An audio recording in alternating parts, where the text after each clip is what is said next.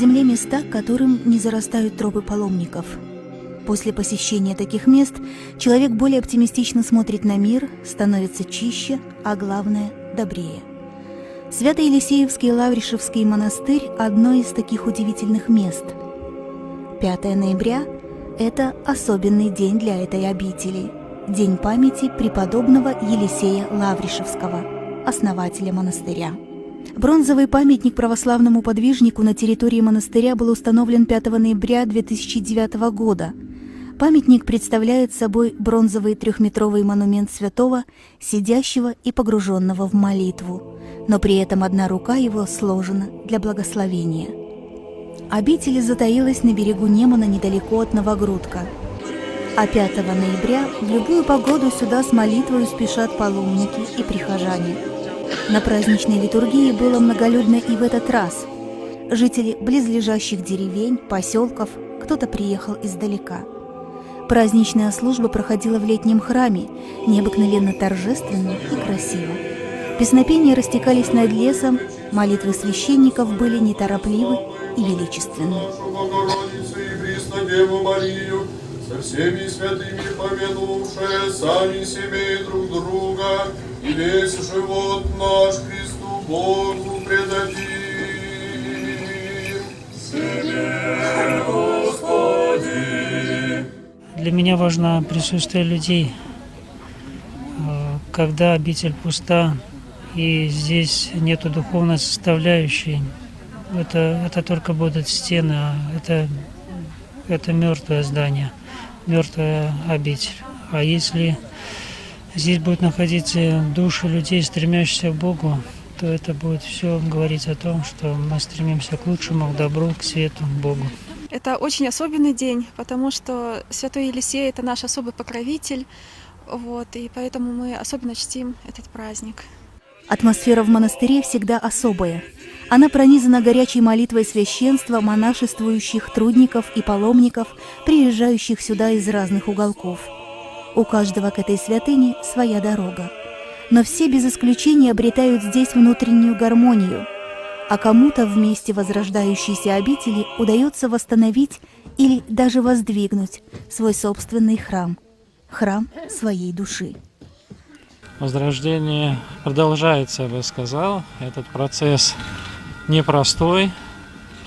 Я хотел бы обратить внимание на слова Святой Библии, где говорится, что наши тела и души являются храмами Святого Духа. Этот храм, который каждый из нас должен воссоздать, если он разрушен, если он красуется, беречь его. И когда мы будем помнить об этом и будем хранить свой храм душ своих всякой нечистоты, от греховных помыслов, не только от дел и слов, блудных всяких, празднословия, осуждения, тогда нам будет и легче воссоздавать храмы вещественные, потому что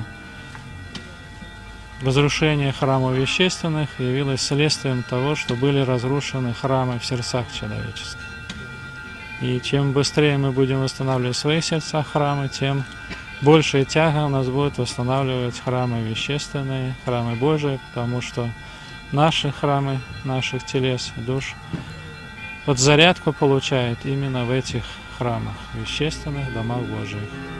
Монастырь – это особая жизнь, особая атмосфера. Здесь на второй план уходят заботы и мирские проблемы. Приехав сюда впервые, ощущаешь необыкновенное умиротворение и душевное равновесие. Удивительно, но мысли становятся чище, а внутреннее спокойствие позволяет взглянуть на проблемы, которые еще вчера казались значимыми и серьезными, с другой стороны. С каждым днем я удивляюсь тому, какие чудеса здесь происходят в монастыре. Это касается не только людей, которые получают исцеление от нашей чудотворной иконы преподобного Елисея, но особенная атмосфера. Даже когда трудовой день идет на протяжении почти 24 часов, то здесь благодаря этой атмосфере я нахожу утешение и помощь, и силы от Бога. необыкновенное место. Мне в свое время приходилось побывать на многих святых местах, и не только наших в Беларуси, но и ближнего зарубежья, и дальнего зарубежья. И везде хорошо, везде благодатно, красиво, впечатлительно, но здесь место особенное. Не знаю почему. Это не объяснишь словами, это надо почувствовать. Люди чувствуют необыкновенное притяжение этого удивительного места и стремятся сюда по зову сердца, преодолевая километры и расстояния.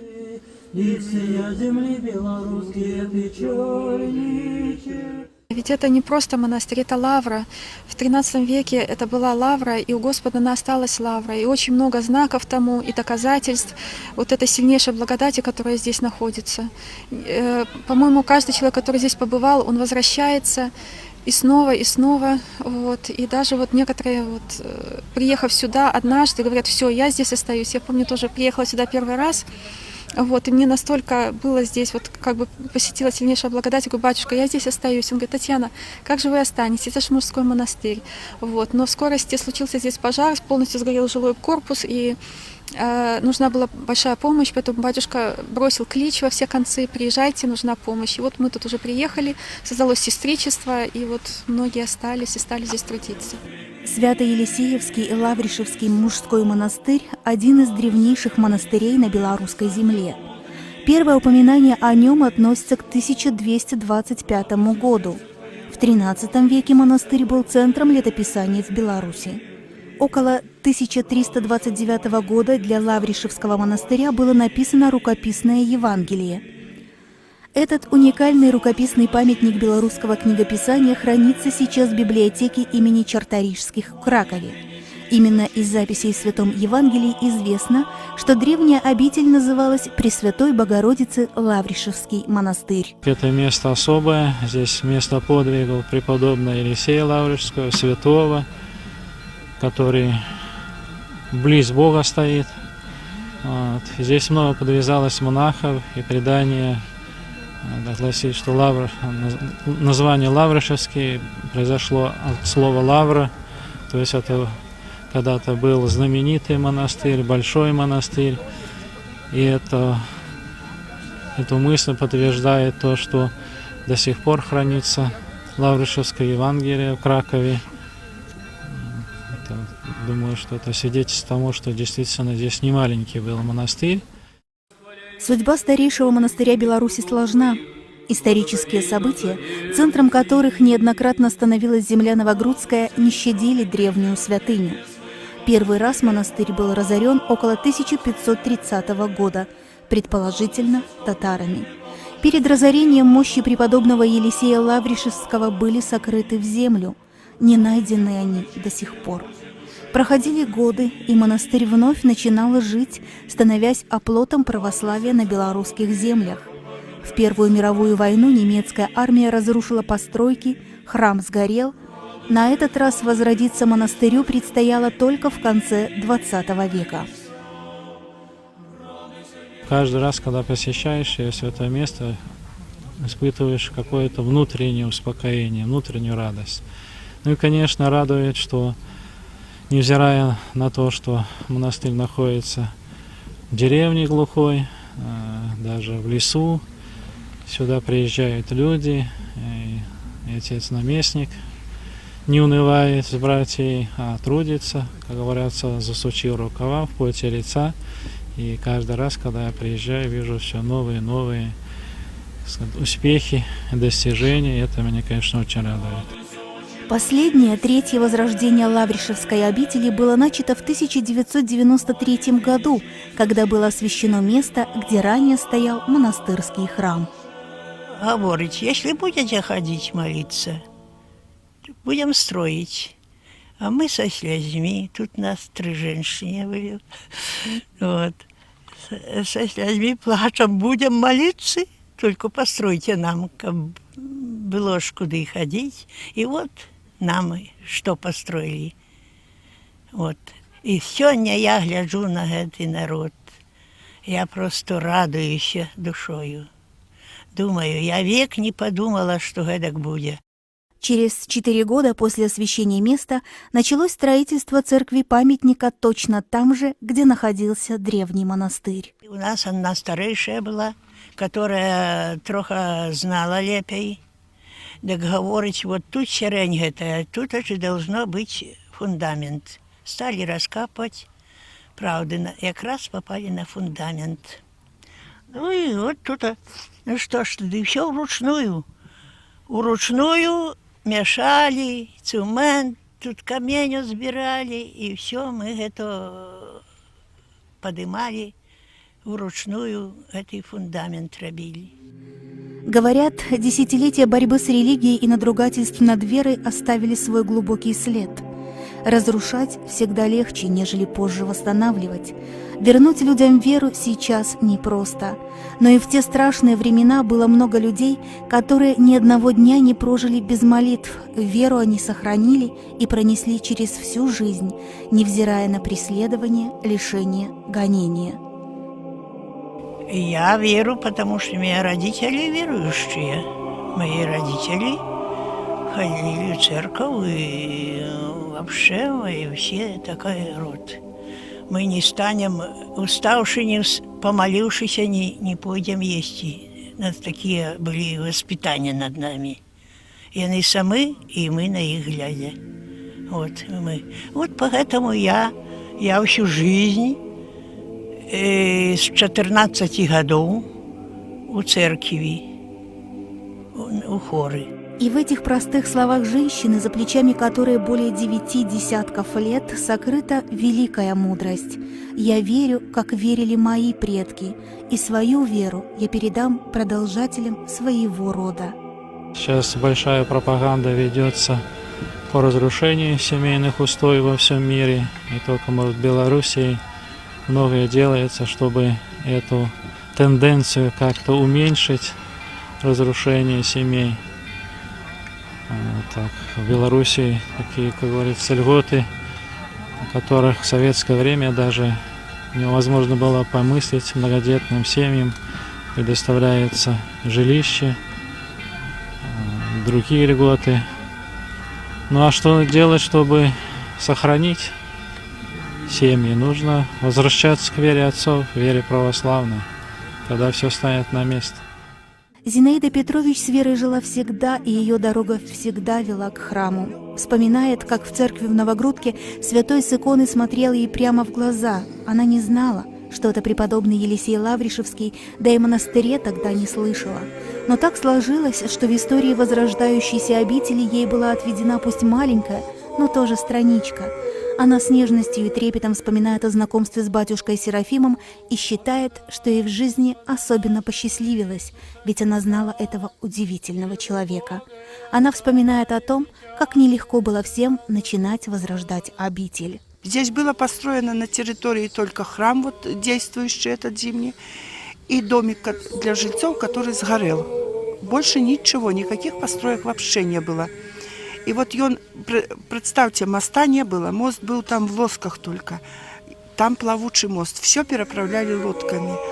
И вот батюшка благословляя, я приезжаю, ни телефона не было, ничего, я когда-то в связи работала, батюшка благословил, связисты пошли навстречу, мы сами копали до берега, телефон провели, остров был.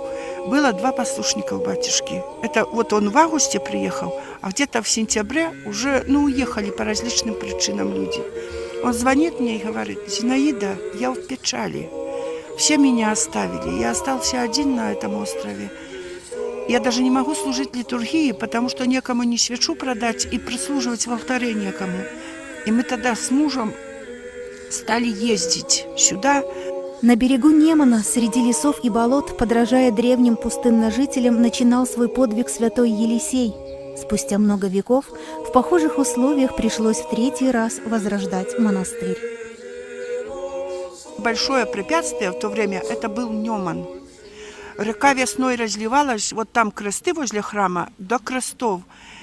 И лед такой, когда замерзал утречком, он тонкий лед был. А просфоры-то на службу надо было. И в Новогрудке была ныне покойная Раиса, такая женщина. Она пекла просфоры, а я их доставляла. В деревне мне давали сапоги выше колена. Одевалась, кий такой большой в руки. Звонила сюда, что уже я просфоры привезла. И вот он теперь монах Феодосий, а он-то был послушник Вячеслава тогда. Он идет отсюда, он по льду легкий, а я-то не могу по льду идти, под водой лед ломается подо мною. Уже, и по тому плавучему мосту вот так вот на этот берег Немана принесу эти просфоры, а здесь он забирал, потому что я через канаву не могла перейти, глубоко было. Вы знаете, он радовался, как ребенок. При жизни к батюшке Серафиму за добрым советом с просьбой о молитве обращались многие. Много людей приходят к нему за утешением сейчас и на могилку. Я помню еще первый раз, когда сюда приехала паломническая поездка, и потом просто рассказывали про этот монастырь, про батюшек, и сказали, что здесь есть один батюшка, очень добрый, весь светящийся, который очень похож на Серафима Саровского.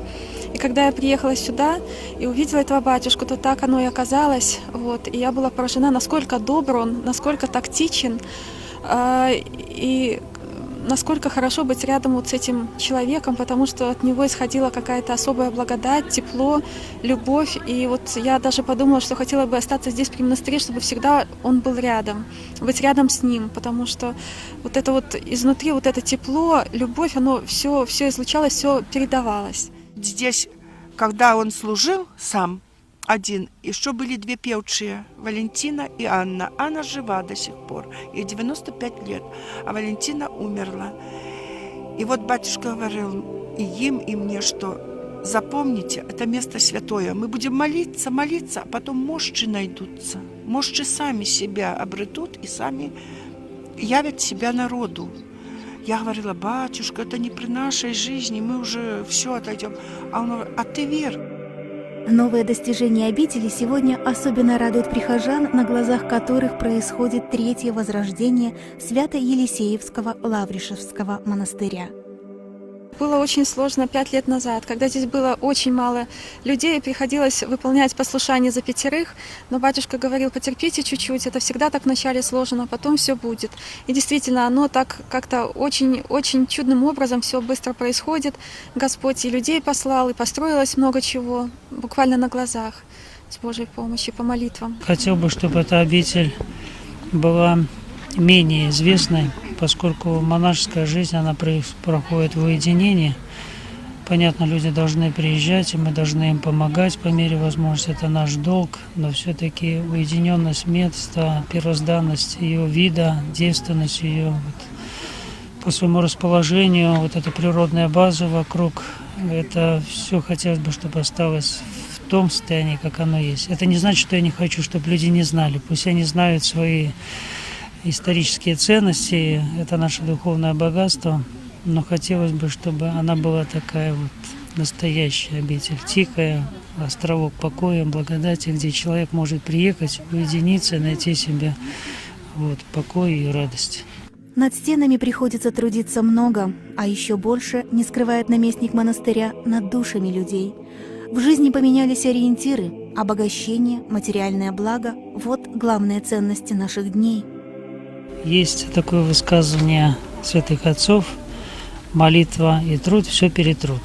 С молитвой к Богу и послушанием трудовым можно превозмочь многие трудности. Самое главное, ведь не стены монастыря построить, а важно, чтобы воспитать будущих монахов. Если, скажем, прошлого века с этим никаких проблем не было, молодой человек изъявлял стать монашествующим, он приходил в обитель и трудился до конца своей жизни. То сейчас таких изъявляющих желания становится с каждым годом все меньше и меньше. И те, кто приходит, и у них тоже недостаточно такого духовного ресурса, который бы позволил бы им это терпение, смирение все переносить. Сегодня много людей нуждаются в помощи бескорыстной, не на коммерческой основе, а в милосердии, в понимании христианском. И в возрождающемся монастыре о таких людях помнят. В настоящее время возводится братский корпус, вообще он именуется Дом милосердия. Поскольку сейчас братья испытывают нужду в жилье, Поэтому мы это будем использовать в собственных нуждах, а потом со временем, когда будет разрастаться обитель, то это здание будет социального назначения. Здесь будут находиться люди, нуждающиеся в помощи. Это могут быть старики, дети, инвалиды. Возрождение древней обители вдохнуло новую жизнь и в окрестные села. Некогда неперспективные деревни стали оживать. В них вновь зазвучали детские голоса.